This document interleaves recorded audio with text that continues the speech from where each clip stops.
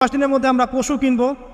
পশু কেনার সময় আপনি আপনার সামর্থ্যের সেরাটা কিনবেন এবং পশুকে কেন্দ্র করে কোনো রকম শো অফ করবেন না।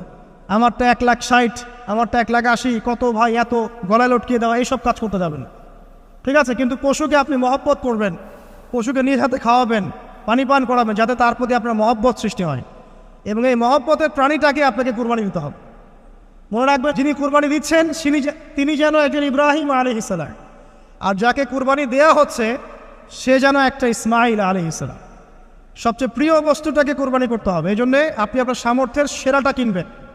এখানে অনেক মাসআলা আছে, আমি মাসআলাগুলো দিতে যাচ্ছি না। অনেক বড় বড় আলেম ওলামা আছেন, তাদের শরণাপন্ন হয়ে আপনারা এগুলোর মাসআলা নিয়ে নেবেন, ঠিক আছে? তবে আমি একটা বিষয় বলবো, খালি কুরবানিকে কেন্দ্র করে কোনো রকম রিয়া, অহংকার, লোক দেখানো কাজ করতে যান এবং পরিবেশ দূষণ হয় এমন কোনো কাজ করতে যান।